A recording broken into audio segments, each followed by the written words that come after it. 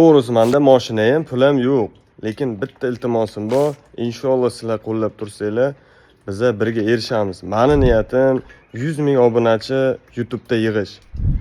Yaxshi bo'lsa, yaxshi obunachi yig'sam, inshaalloh yaxshi ishlar qilaman. Sizlar ko'rib turibsizlar. Men Instagramda ko'proq taniqliroqman.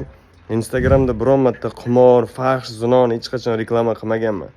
Lekin bitta imkon berishlarini xohlayman. Bundan keyin ham men bu narsani hech qachon reklama qilmayman. Och qolgan taqdirimda ham. Reklama boshqa joydan men bir so'm pul olmaganman va xohlamayman ham bunaqa yomon narsalarni reklama qilishni. Lekin yomon narsani reklama qilmagan taqdirimda nimaga xalqim qo'llab-quvvatlamayapti? Shunchalik bag'rimiz, ko'nglimiz qorayib ketganmi insonlar? Sizlardan bitta iltimosim, sizlardan hech narsa ketmaydi. Bitta like, bitta obuna bo'lib qo'yishingizga hech narsa ketmaydi. Lekin meni qanaqadir orzuyim ushalishiga sizlar yordam berasizlar. Iltimos sizlardan qo'ldan kelgunicha bitta qo'llab yuboraylik.